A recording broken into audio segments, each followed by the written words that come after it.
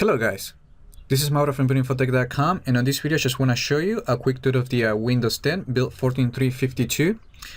This is a new build that is rolling out to insiders, and as we're getting closer to the Windows 10 anniversary update, we're not going to see major changes or a lot of new features, but we're going to start seeing more improvements and just Microsoft getting ready the operating system for the official release later this summer.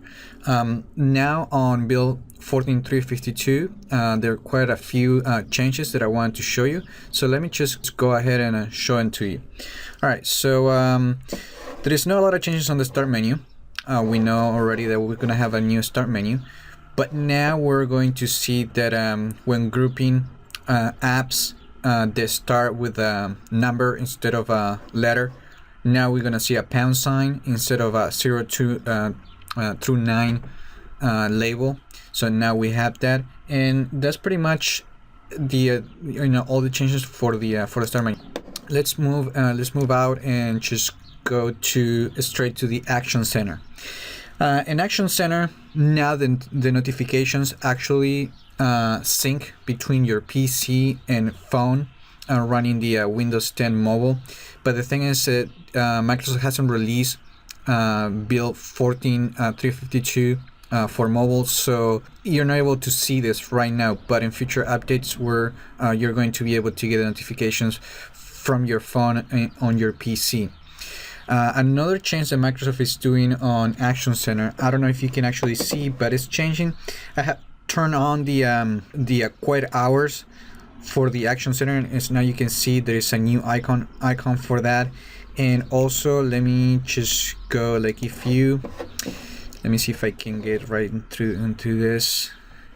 Like, if we use small buttons, now the Action Center button doesn't show the number of notifications that you might have, so it makes it easier and it makes it less clutter to have that. So it's a good that we have that, and we have that change. All right, so let me see what else we have. Also on Action Center, we're going to see that Microsoft is a larger target when you go and gonna close the a specific item on the Action Center. You can actually have a larger section that you can actually get to the close button. That makes it a lot easier when you're using a touch device, so you don't have to press a bunch of times trying to close this. So that's a small change, but it's going to benefit a lot of users. Also on File Explorer, what Microsoft did is updated the I don't know if you can actually see, but now we get the same colors, blue and yellow, for the File Explorer. If you're already on the Windows 10, running Windows 10 on your PC, you're not going to see a difference. But Microsoft has been playing with different colors and trying to change the look and feel of the File Explorer icon. But now they just roll it back because the way it is right now, it's more familiar to users and easy to use. So that's basically all the really small changes. Now let's just jump into Cortana, because there is a few changes that Microsoft is adding on this build. And let me just start with show you the little changes on the user interface. And now we're going to see that the settings button and the feedback, they are located on the bottom, and this actually aligns with other apps from the store. Let me see if I can one that let me see, Twitter. No, let me open another one. Let's see, news. You see that we have the settings button at the bottom. So what Microsoft is trying to do is just try to make the same changes on all the apps and all the elements, so it's easier for users to find the options, and just to make it easier to navigate around the operating system. If we open Cortana, now if we go to the settings, now we're going to see that before we had this lock screen option that allows Cortana to be enabled on the lock screen, but Microsoft is also adding a new above the lock access option that goes hand in hand with the lock screen. Like if you disable that, you won't see that option. And then if we enable, I'm not quite sure right now exactly the difference between the two, but as you can see, if you enable above lock access, it says that it allows Cortana to assist you with reminders, messages, and appointments on the lock screen. For what I understand, if you disable that, you can just do some basic Cortana queries on the lock screen. But if you enable the above the lock access, I think it just allows more personal. You can ask more personal queries that will require you to log in otherwise. So we're going to see if at the end, when Microsoft releases the anniversary update, this will be unified as a one option, or this is the final. We still don't know that yet. All right, so on Cortana also now you can actually do queries to play music on Groove, on the Group Music app. That's another thing you can do. You can just say hey Cortana, and you can ask for to play songs, play an artist or anything from the Group Music app. And as long you can play anything as long you have a Group Music Pass.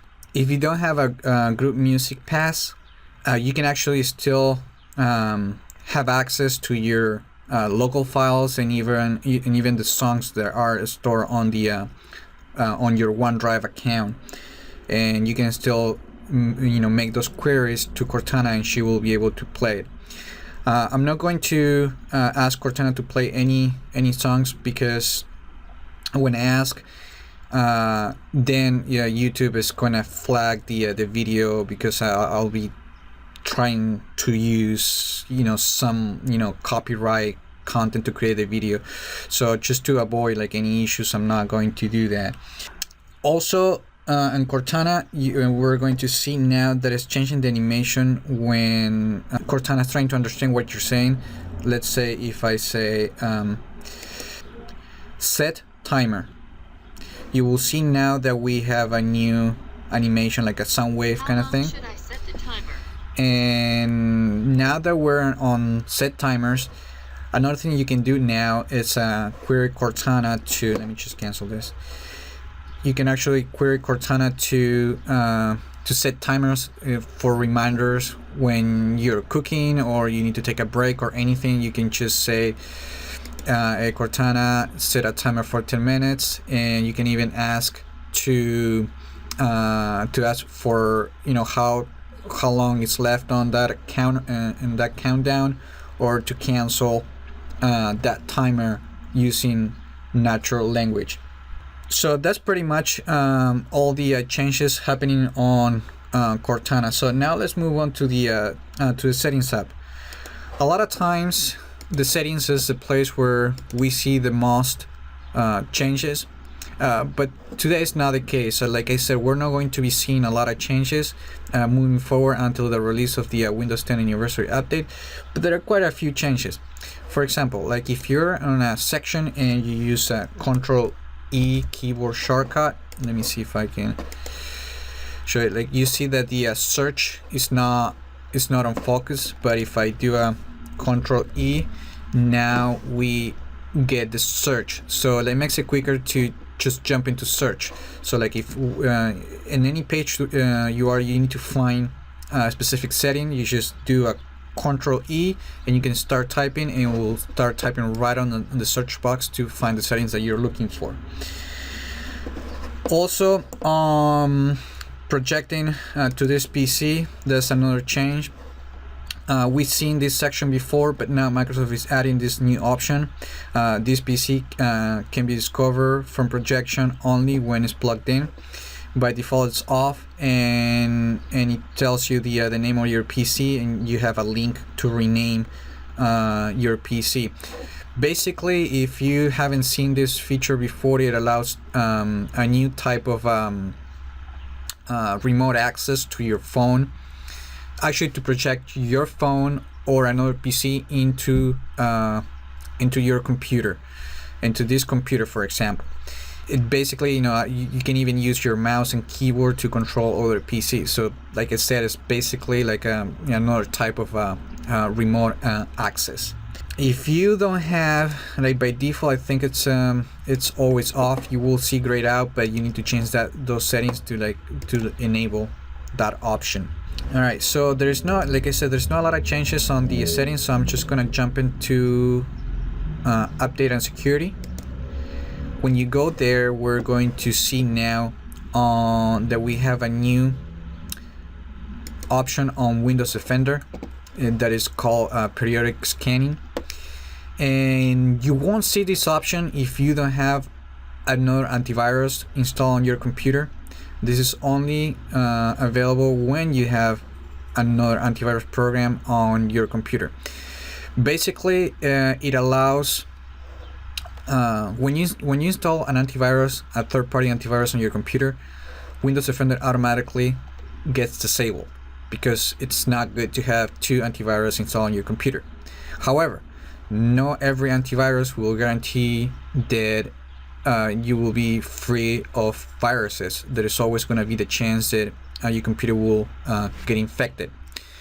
So to help you get more protection, what Microsoft is adding is this periodic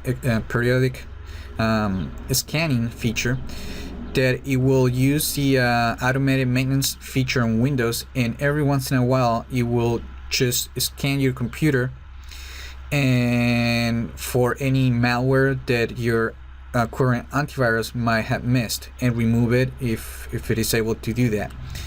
So it's just another layer of protection that Microsoft is adding into Windows 10 just to make it more secure. By default, this option is off, but you can just come to Windows Defender and just turn that on. And just to let you know, the Windows Defender will still be turned off or disabled when you have another antivirus, but every once in a while it will turn on just to do a scan and detect and remove any virus, and then it will go back to be disabled. So that's a great feature that's going to help a lot of people to keep their computers protected. Another option that we're doing, that we're seeing on this build, is on recovery. Actually, it's not yet a feature, but it's gonna come pretty soon. Now we're going to see on related settings that we get a new link that it says, how to start fresh with a clean installation of Windows. If I click that link, now it will take me to a Microsoft forum discussion where the company explains that they're working on a new feature that will make it easier for users and more for insiders to do a clean install of Windows 10. That feature is still in the works, but we get a hint right now that that's coming, and I will let you know in another video when that actually releases. When we go to activation, nothing has changed, but the Microsoft updated the change product key button for this link with the key icon, and we're not going to see a lot of changes on this section, but there is a lot going on the background, and it is a new feature that Microsoft is adding to Windows 10 to help IT professionals to upgrade from Windows 10 Pro to Enterprise. On the past, if you needed to upgrade from Windows 10 Enterprise to from Windows 10 Pro to Windows 10 Enterprise, you needed to you need to erase your computer and install the new operating system. That's been an issue and for a lot of people, that and more for businesses that they need to configure the computer in a specific way and do it all over again. It's just a hassle. So with the Windows 10 anniversary update, people that use the Windows 10 Pro will be able to upgrade to the Windows 10 Enterprise by just entering the product key, and the upgrade will just happen automatically, and you won't need to erase your computer, your hard drive computer, and you won't even need to reboot. So it's a great feature for those computers that need to be on all the time, and they're just those business computers. So that's a great feature that Microsoft is adding on the Windows 10 anniversary update. And finally, we get a new Windows Insider program icon on the tab right here that we see now, the new icon. All right, so those are all the changes on the settings app, and now let's move to Windows Ink. Windows Ink has been updated with a lot of new tweaks, and now just let me show you that when we open the Windows Ink workspace, if we the sticky notes has been updated, and let me see if that opens up, and I just have a here, like, I got the sticky note, and now when you actually type, okay, let's say you type a phone number. This is just whatever number I'm typing. Let's see if it detects it. As you can see now, one thing that Microsoft is doing, it's enabling Cortana and Bing to access your notes and just make it easier to create reminders and take actions on the notes that you create. So this is part of the new Insight feature on the sticky notes. As you can see, like, you can just click the menu and go to settings and enable that. If I disable that, okay, well, I thought it will disappear, but it doesn't. But this is how you enable the Insight feature. And now when you just click the phone number, now we get a call button, so you can click that and it will make the phone call. But it doesn't work right now completely, but the feature is getting there. Also, not only phone numbers, but if you do a email address, let's do just like this so you can see.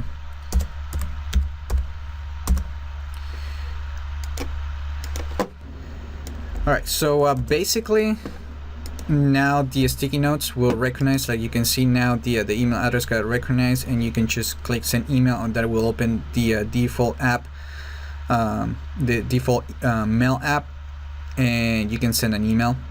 And basically, like, even if you type a reminder or something, like, it will Cortana will be able to understand that and actually create a reminder for you that will sync through all your devices.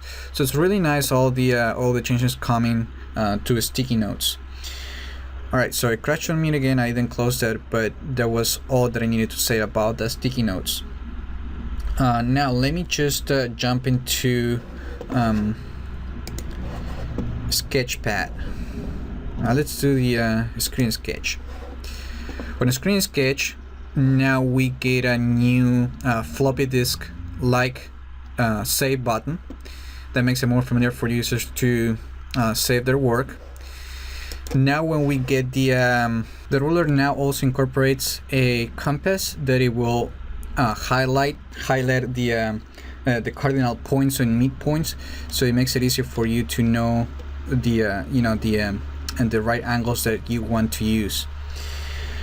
Also, what Microsoft is adding, it's for the Sketchpad, and I think it also works for the screen sketch. Let me see. Now we can use the escape key to move out from those two apps, and we can also use the Windows key plus D and the Windows key plus S to move away or just to get out from either the Sketchpad or the screen sketch. Let me see, let me do a Windows D, and that moves out, you move away from the there are also other tweaks and improvements under the hood that just makes it more reliable and it just improves the experience. That's pretty much all that's new on the Windows Ink workspace feature on Windows 10. And now let's move on to Microsoft Edge. There are not a lot of changes, but now we're going to see that when we go to settings, we're going to see a what's new and tips item that it will take you to this page right now.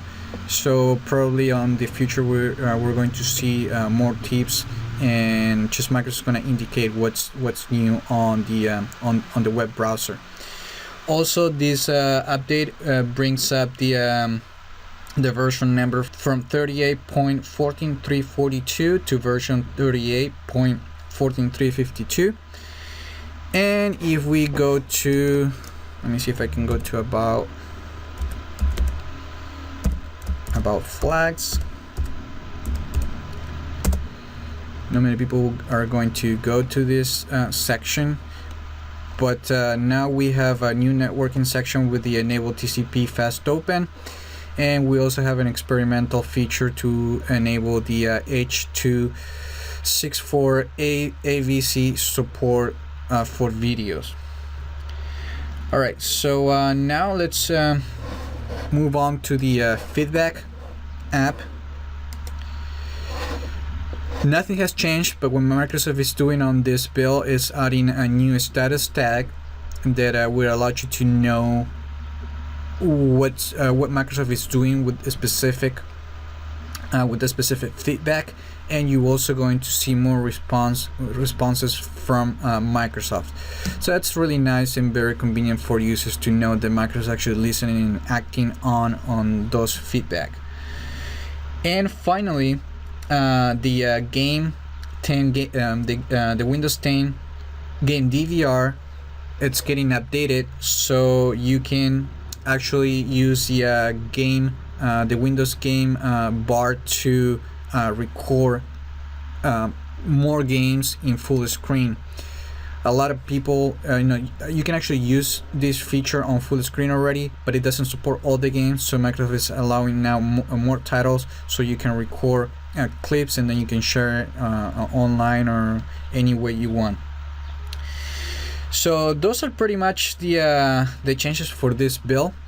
I haven't found anything else that it's new, and like I said, we're not going to see a lot of changes as we're getting closer to the Windows 10 anniversary update. If there is anything new, I'll make sure to let you know in another video. And remember to like this video, dislike it, or if you don't like it, just tell me right on the comments, and leave a comment if you like it too, and subscribe to my channel. And I just hope this video was informative for you, and I'd like to thank you for viewing.